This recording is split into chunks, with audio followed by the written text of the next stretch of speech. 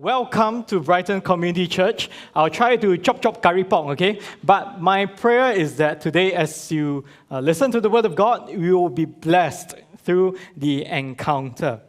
Now, I'm only going to do this once ever, okay? So please take a look at the screen above, at the bank account above. How many of you think that I have accumulated enough to rest easy for the rest of my life? How many of you? Would you be satisfied with having this as your bank balance until the day you die? How many of you?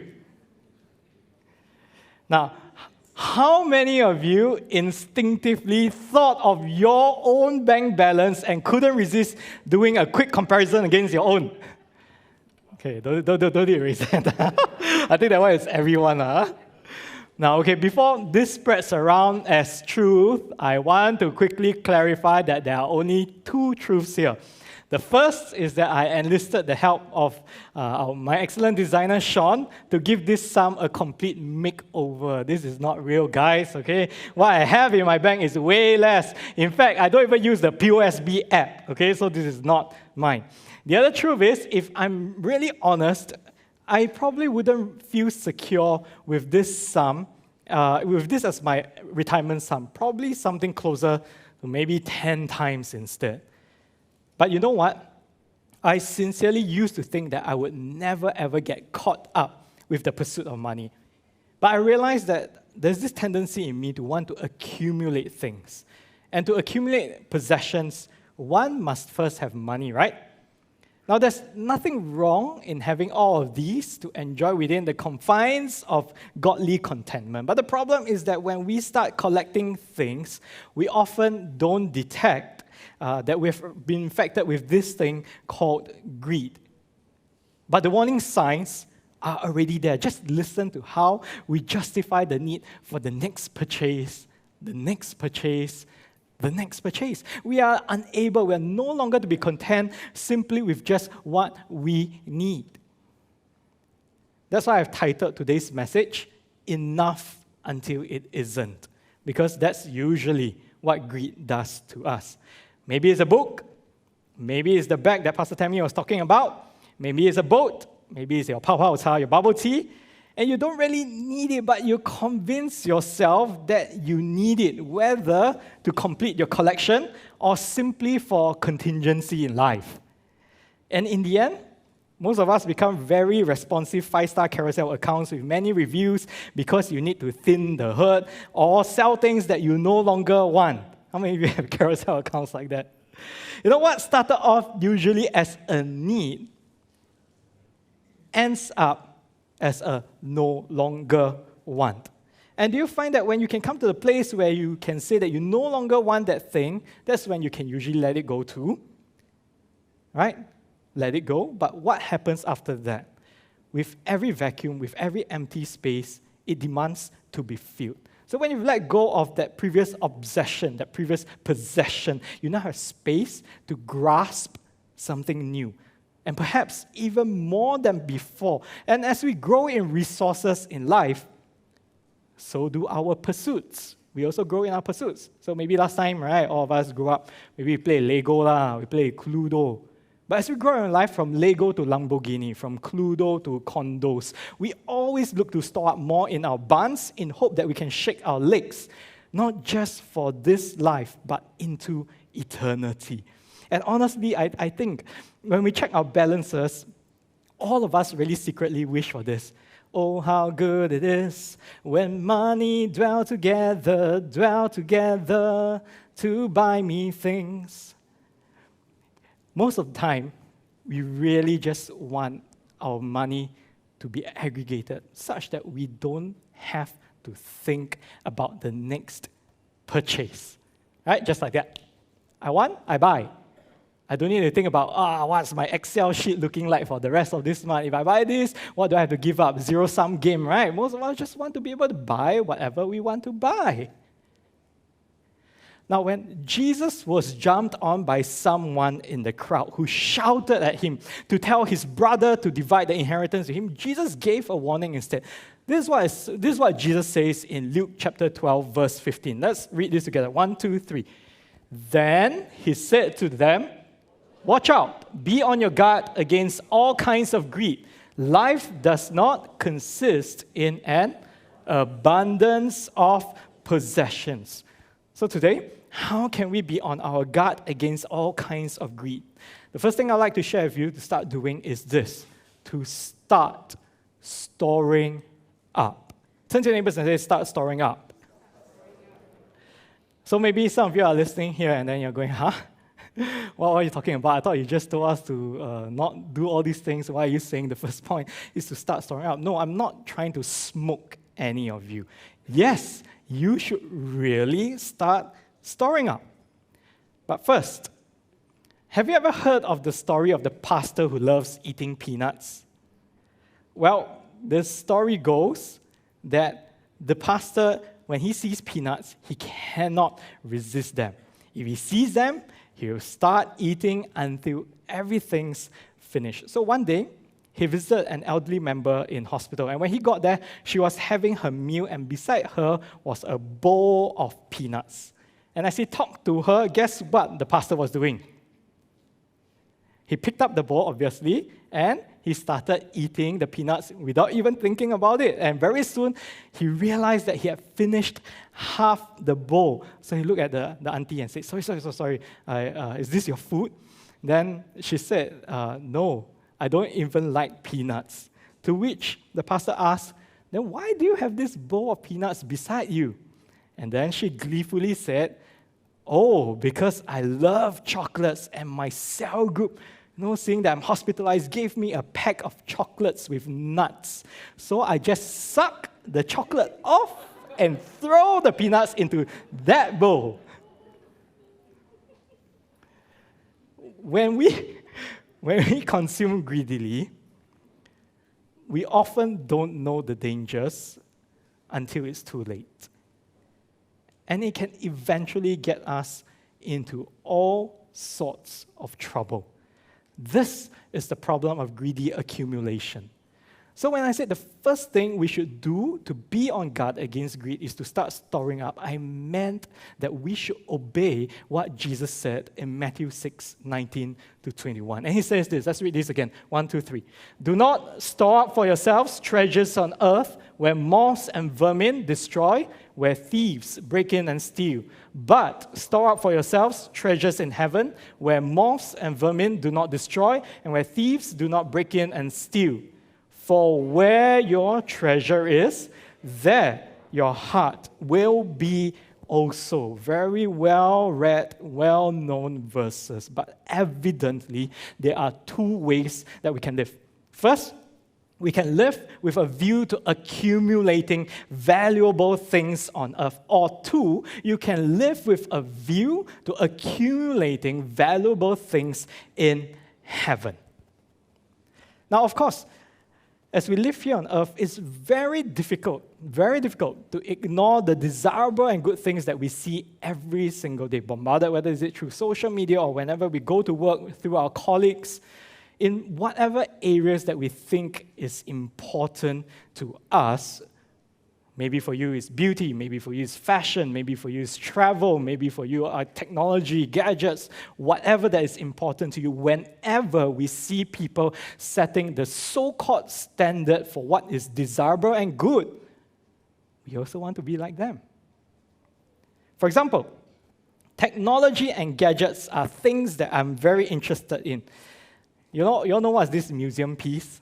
I brought this just for today. I've kept it for a long time already. What is this? Do you all know?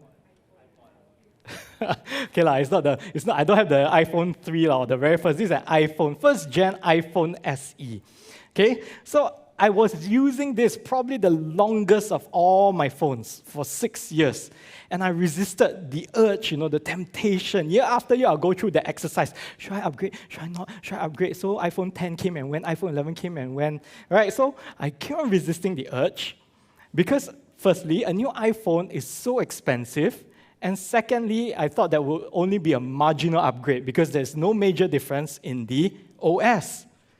But after 2 years of getting swan about how small my screen is, I finally gave in and bought myself an iPhone 12 Pro Max. So go big or go home, very literally. Wow! I must say what a confidence booster it has been, because since then, no one has ever commented on the size of my screen or the quality of my photos. Well, jokes aside, okay, that's not the main thing. After upgrading and feeling the shockness of what is desirable and good, you know what happened to me? I am now constantly talking myself out of contemplating, not even buying, contemplating all the yearly upgrades. Like now, I want a new iPad Air. I went to the Apple shop, that touch, CC. Wow, very nice. And look at my iPad 7 Gen, 32 GB out of storage. I think can lah. It is time. Like I want the new MacBook Air M2, and I justify that. All I have to do is just sell all my dated laptops. I recuperate the money, I put together money, and I'll be able to recuperate any expenditure, right? And it will be a zero loss. There'll be no loss at all. It's like, in fact, recovering all my money to invest in something new for the future. And I tell myself, yeah, maybe I should do that lah. Well, guys, it's really non-stop until you decide that you'll stop at none. This greed, this desire for more and more is really non-stop until you decide that you'll stop at none. And Jesus knows that we will always be on the lookout to store up things. The truth is, each and every one of us has positioned our lives towards the building up of one of the two kinds of treasures that Jesus was talking about. However, rather than store up earthly treasures, Jesus tells us, pleads with us, informs us, instructs us that we should store up on heavenly treasures. And why is that so? Although we may be able to enjoy earthly treasures now, Jesus tells us that moth and rust will destroy and thieves will break in and steal them. They are not going to last forever. There will be an expiration date to the earthly treasures that we hold on to so dearly. I mean, just take a quick look at your Carousel account. Maybe some of us have multiple Carousel accounts for different things. And think back about the things that you could finally part with, that you finally threw away at the last moving of house or the last time you spring clean, because you realize that you have either outgrown them or these things have finally broken down. Broken down already, no need, no use, throw away, right?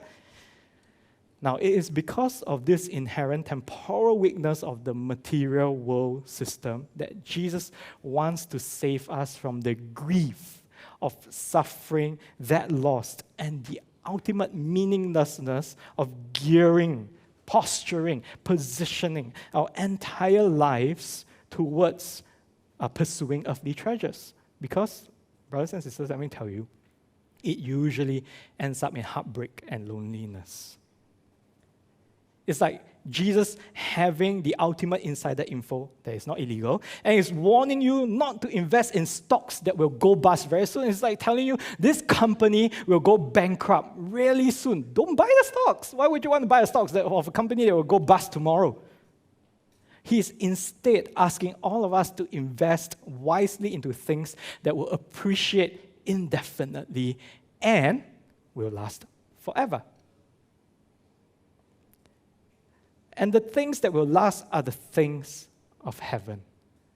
Unfortunately, it's ironic how we spend so much time, so much money, so much effort in securing our lives. So that some of us encrypt our data, right?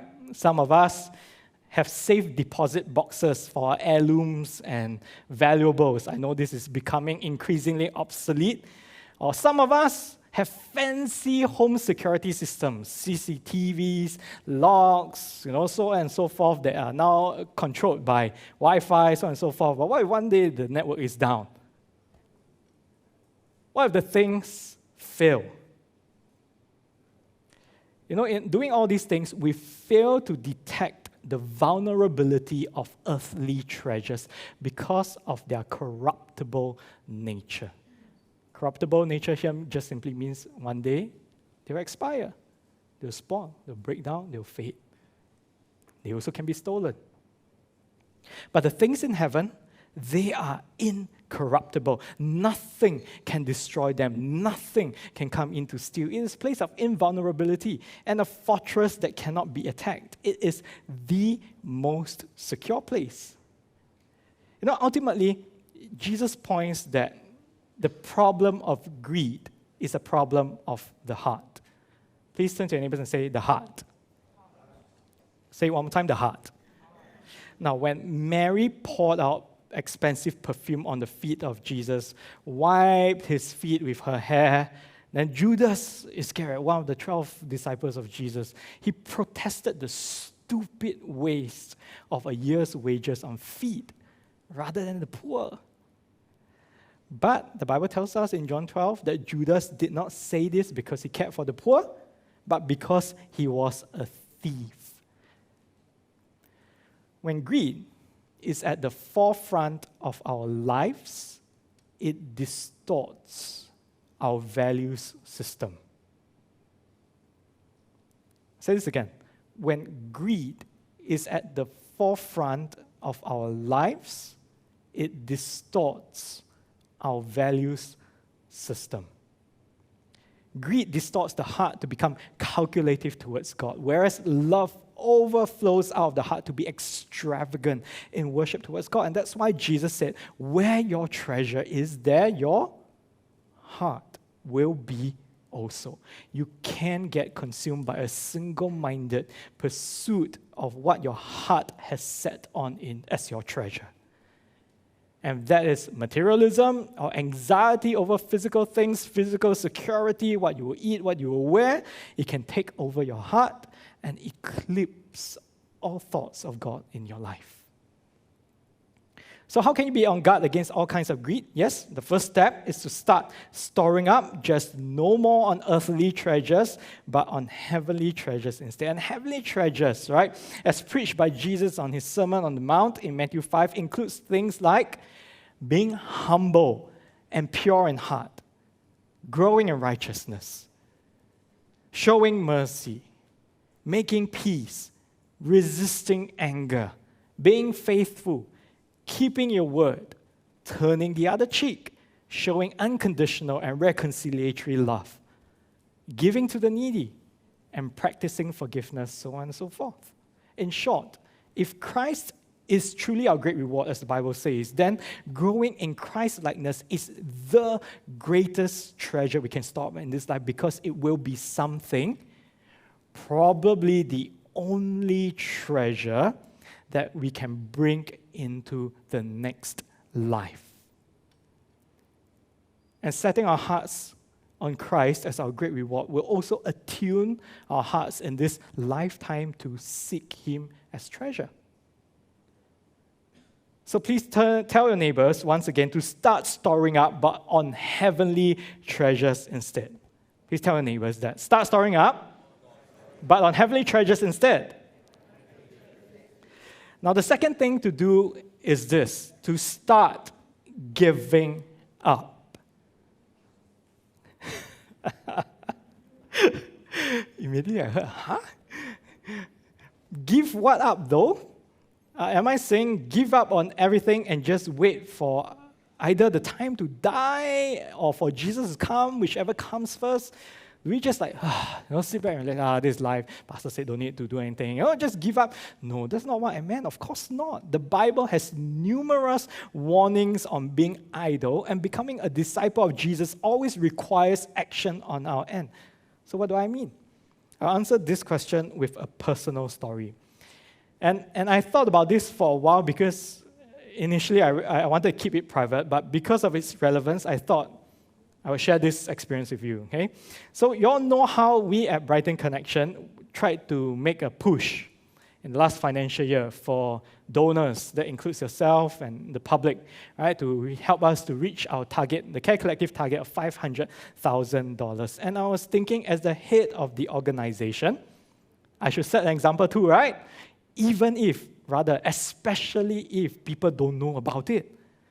So to raise funds, I decided that I would do the personally unthinkable and sell my most valuable and limited edition electric guitar. Okay, those of you who know me, I love playing and electric guitars, things that I keep. Okay, but obviously there was a certain reluctance on my part. After I told myself I would do that, there was a certain reluctance on my part. So I put a very high market value on the item, thinking that nobody will buy it. What hypocrisy, right? You decide to do it, and then after you set the bar so high, just hoping that nobody will do it, I will buy it so that you don't do it.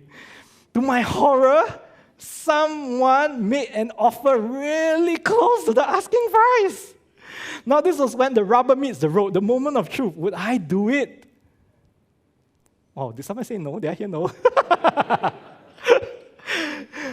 Of course, I hesitated for a few days. I ghosted the buyer, I blue-ticked the buyer, but eventually, I went ahead with the sale and I donated the set amount to God and to Brighton Connection. And fun fact, there isn't a single day where I regret selling the guitar. Isn't a single day. I don't regret it at all. And I thought that I wouldn't be able to let it go, but it's only in letting it go that I was able to grasp heavenly wisdom to align my heart to invest in heavenly treasures instead.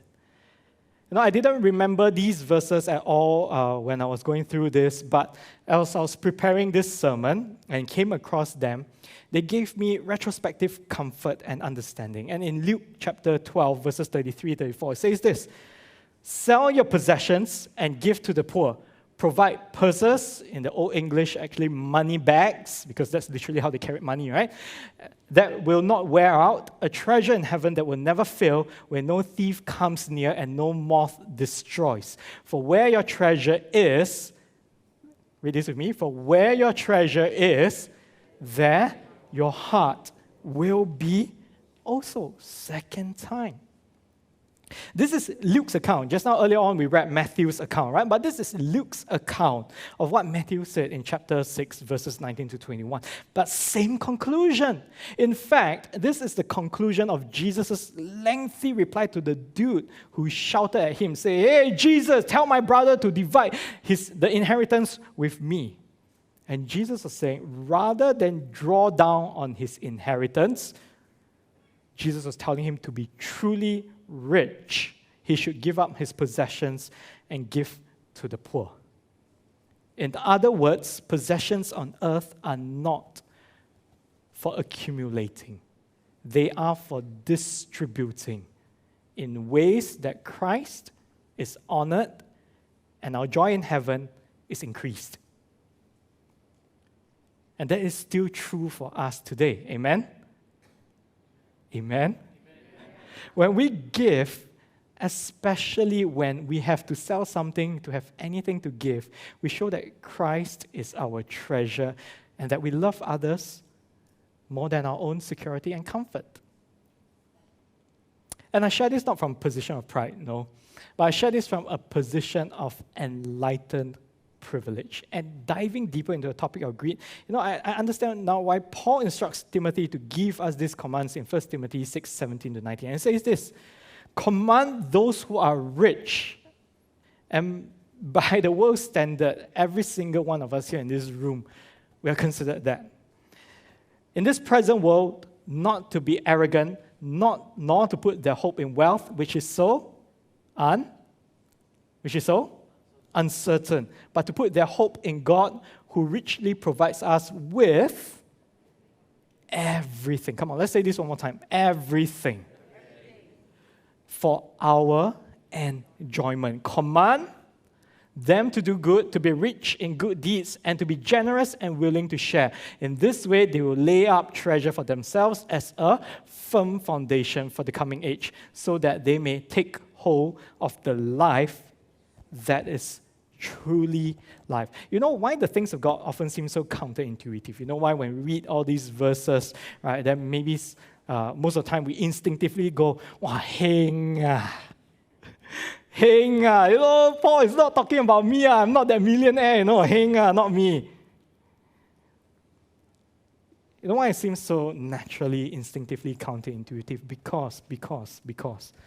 Because we still haven't made up our minds on whether we want to give up citizenship on earth to take up our birthright as citizens of heaven.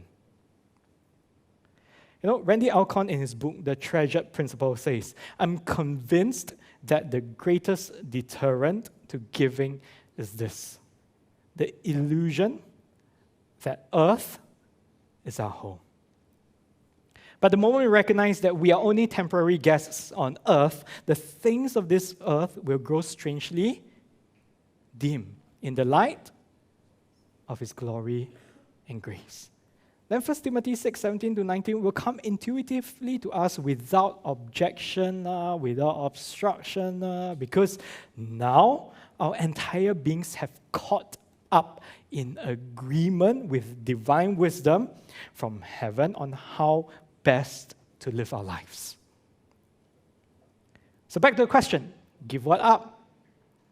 We are called to give up our money and possessions so that two things can happen. Number one, the poor and needy are taken care of, and Jesus affirms this as storing up a heavenly inheritance for ourselves in Matthew 25, when He says that whatever you did for one of least of these, you did it for me. And number two, when we do this, our hearts will continue to be captivated by our great reward, who is Christ Himself. And guess what? All your needs as the giver will be exceedingly taken care of as well. You know, many times, right, those of us who have learned economics especially, we think of life, we think of giving as a zero-sum game. You have $10, you give away $9, how much do you have left for yourself? $1. Because we're still operating in the earthly realm, we're still thinking of things in the earthly realm. If I give this up, I will have less of that, I will have less of this, and therefore my family will suffer, therefore this will, something will give. But if we start imagining or accepting or seeing ourselves truly as citizens of heaven, then guess what? All your needs on this earth will be exceedingly taken care of. And this will help us to truly learn how to hold loosely onto the things of this earth. Because the Lord gives, the Lord takes away. Blessed be the name of the Lord. Amen? You know, so many people who have known me for a long time like to laugh at me about one thing. Do you all know what is that? Now, I said this last year. It was also, I think, this time of year because it's National Day again. But for the benefit of those of you who haven't joined us then, because of unmerited hearsay, many people have bought into the myth or the urban legend that I'm a Malaysian. Nothing wrong with that. Okay, but correction, I was born and bred here, proud to be a Singaporean, Majula Singapura, thank you very much. However, one thing's true though, my family unit's the only one that's Singaporean. All my relatives on both sides are Malaysians, okay? But I tell you, every day I wake up thanking God for Singapore. And my stint as a missionary in Phnom Penh really deepened that appreciation for Singapore. It makes me super happy and proud to call myself a Singaporean. And likewise, if you are a Christian and you recognize that your citizenship reads heavenly, then you would be naturally happy to participate in the wisdom of heaven, of storing up heavenly treasures. And that will make you a happy giver because the incorruptible things, the incorruptible treasures in heaven are the only things that truly matter. And Proverbs 14:21 affirms that by saying, "He who has mercy on the poor, happy is he." Happy. Don't we all want to be happy in life? Greed will rob us of happiness, but having this giving spirit will restore joy. If we want to be happy, then it's perhaps time to think about putting aside conventional wisdom of drawing down on all the pleasures and the treasures of earth, and instead start giving them up so that our hearts may be filled with joy as we are finally congruent with our status as citizens of heaven through storing up heavenly treasures. Now, the final thing I'd like to share with you is this. Stop counting. Please turn to your neighbors and say, stop counting. You all know this next story, okay? There was once a poor farmer who had a goose. And one day, to his delight, what did the goose do? Laid a golden egg. Okay, so he ran to the goldsmith to get the egg tested out, and it turned out to be 99.99999% pure gold. Okay, so the farmer became a very rich man overnight because the goose would lay one golden egg without fail every single morning. 6 months later, now the farmer is a real rich man, beyond his wildest dreams, as he was sitting counting all his money, and thinking about his financial projections, potentials, what businesses should I do, what career path should I do, so on and so forth. He thought to himself, why not have it all now? Why wait? Why plan? Let me have it all now.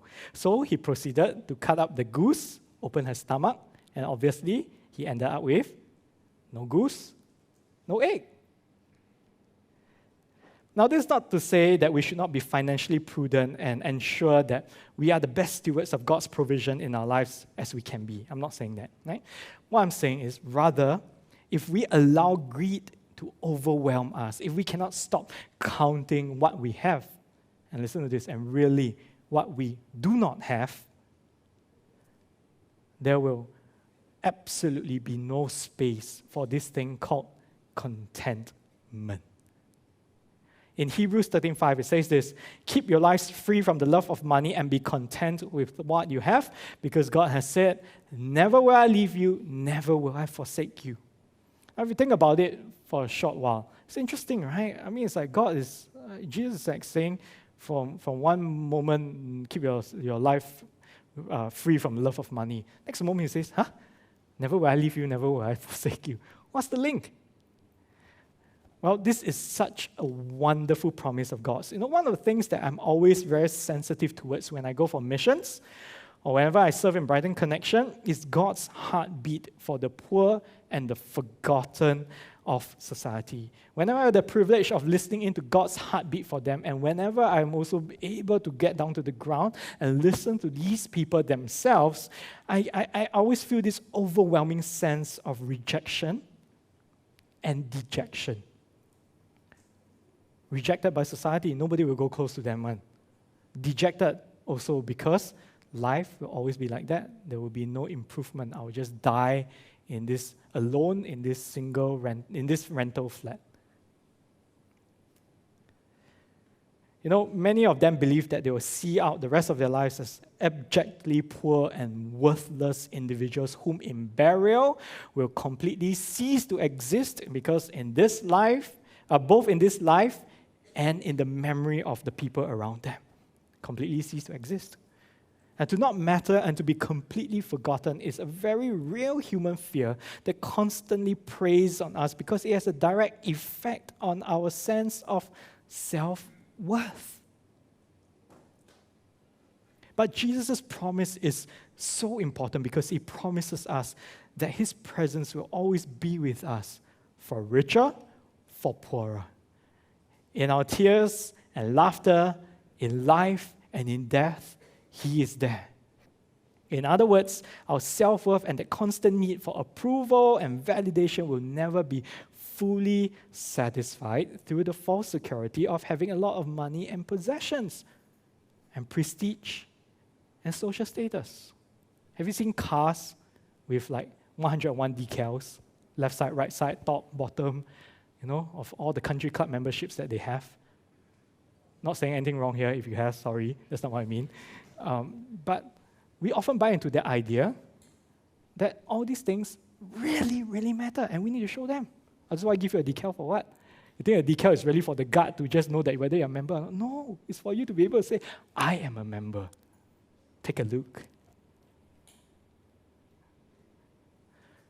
What you really want in life, in being loved and known, comes from the power of being content with what you have, because that's when you will truly recognize that you are in God's good hands. Trust relaxes the need for control. Mistrust, on the other hand, drives the need for control. For richer, for poorer, God is always good and always knows what He's doing in your life. And He's no fool, brothers and sisters. Neither is He messing around with your life. He knows exactly what you need when you need it.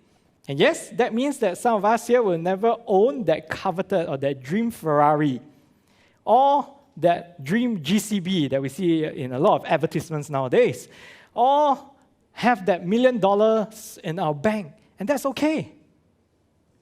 And it's also okay if you have all these things. Because God knows exactly what you need, what we need. And we need to trust Him that He gives us exactly what we need when we need. We need to see His goodness through His provisions, regardless of the amount, and be content with that. Of course, it doesn't mean that if we have only $1 today, we will always have $1 till we see Jesus again. It is the state of heart that sees the storing up of earthly treasures as far less important compared to the storing up of heavenly treasures that will allow us to rest contented in God's goodness no matter what. If we allow the love of money, if we allow greed to take root, then nothing will ever be enough, truly. It will only be enough until it isn't. Then we will start comparing again to the next level of significant others. Interestingly, we only like to compare with people who are better off than us, don't we? Maybe you started a job as fresh grad. Who do you compare with? Most immediately, you'll find out, hey, you in this industry, joker, how come you get that $10,000 that Pastor was preaching about? IT industry, I should go there and start off as a fresh grad. Why am I only earning as $3,000? Only earning $3,000. I should go somewhere else. No, interestingly, we like to only compare with people who are better off than us, and the result is almost always this: dissatisfaction, discontentment. Seldom do we consider how much better off we are compared to those who are worse off than we are. We always compare up, we don't compare down. You know, it's like the saying, I used to complain that I have no shoes until I saw someone with no legs. It is better to be contented with what you have at the end of the day and find rest in your souls than to strive and endlessly want more. Better to put in an honest day's work, get an honest day's wages, and be contented with peace in your heart that the Lord is guiding your every step, than to be discontented and strive for more on your own war path to success. Really, when you decide that you want a certain way of life, a certain level of comfort and success, honestly, in your minds, you have a war path. You know, in wars, what are two opposing armies doing? It's just about who can push each other back further, right? Will win. That's why the Korean War is just that. They push all the way down, then push all the way up, push all the way down, finally they settle on halfway mark. And in life, when we want success, right, when we are on our own war path of success, we'll push aside everything. It's like swimming breaststroke, you know. It's like push aside everything that gets in our way, including God. If God is in the midst of it and standing in our way, it's siam lah.